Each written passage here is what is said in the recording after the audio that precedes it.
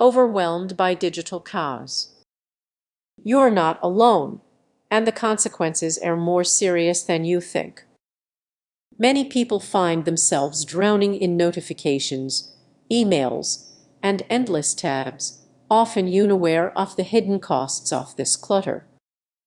It's crucial to recognize the digital declutter warning signs before it spirals out of control. Imagine if this you tidy up your digital space, delete a few old mails, and feel accomplished. But this small action is just the tip of the iceberg. The real issue runs much deeper, and ignoring critical warning signs could lead to a digital disaster. The clutter isn't just on your devices, it's the emotional baggage tied to every file and notification. Each email you respond to or social media scroll is just content, it's an emotional investment. How often do we stop to consider that? We tend to focus on the visible cause, but beneath the surface lays a hidden struggle. That anxiety after checking your phone isn't just about clutter, it's the emotional weight you carry. Surprisingly, most people don't recognize this toll until it's too late. Consider a friend who spends hours scrolling through social feeds, insisting it's just for fun. Scrolling through saying how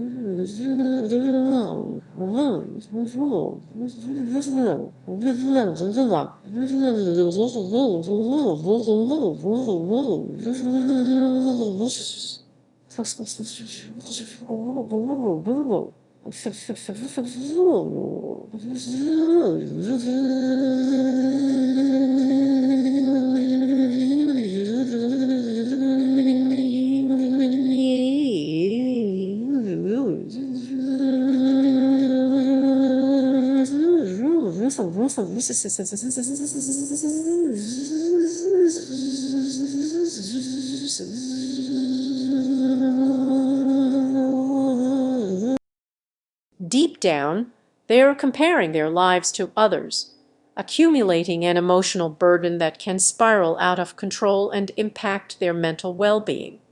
When decluttering, we often think that simply deleting files will solve everything. Those files may hold memories both good and bad. Letting go can feel like losing a part of ourselves, which can sabotage our efforts and trap us in a cycle of clutter. As we ignore these signs, the tension builds. You might start feeling overwhelmed by an ever-growing to-do list, with each ignored notification adding to the pressure. When was the last time you truly felt at peace with your digital space? Recognizing these patterns can change everything. You don't have to feel trapped by your digital life. Start by identifying what emotionally weighs you down. Maybe it's an old group chat or a subscription you no longer care about.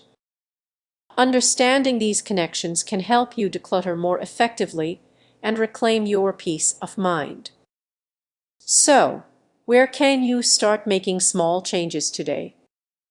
Becoming aware of your emotional triggers is the first step toward a clearer digital space. What will you choose to let go of? Reflect on this. The journey of digital decluttering isn't just about clearing space, it's about prioritizing your emotional well-being.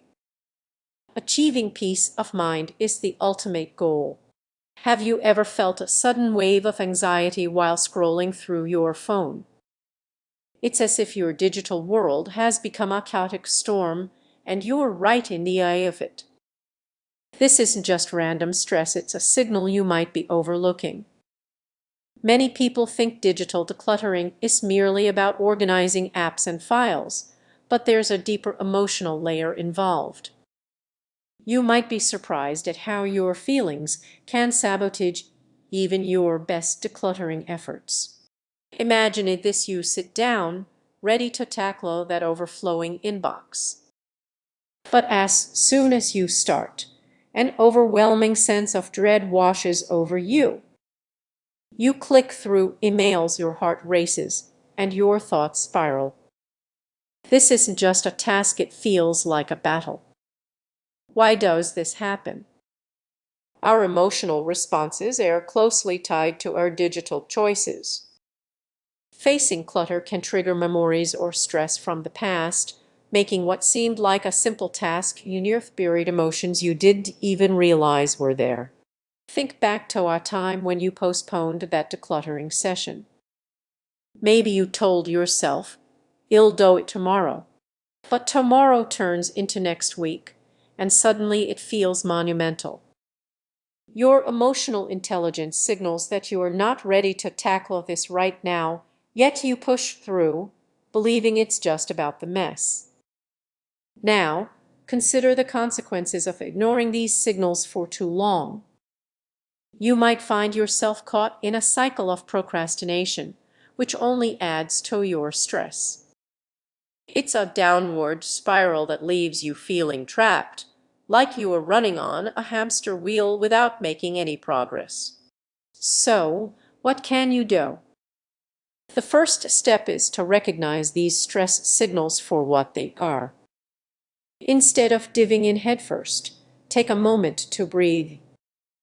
Acknowledge that this is more than just clutter, it's a reflection of your emotional state.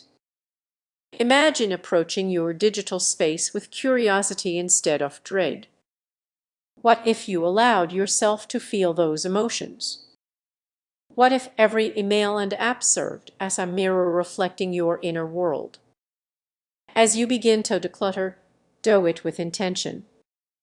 Set small, achievable goals rather than trying to tackle everything at once. Celebrate each small victory. This shift in mindset could completely change your approach. Remember, your digital space is an extension of yourself. By understanding the emotional challenges, you are not just cleaning up, you are creating a sanctuary. Take it one step at a time. Each moment of awareness opens the door to a clearer, calmer mind. If this resonates with you, ask yourself what's holding you back from taking that first step. Embrace the challenge, and you might discover more than you expected. Your digital decluttering journey could lead you to newfound emotional clarity. What if the real issue is the fear of change? Every time you hit that delete button, you are making a choice that feels monumental. You are not just removing files, you are letting go of parts of yourself, and that can be terrifying. So, what can you do? The first step is to confront those emotions directly. Instead of just focusing on the clutter, ask yourself, what am I holding on to, and why? Reflecting on this can lead to surprising insights about your digital attachments. As you start to understand your emotionalities,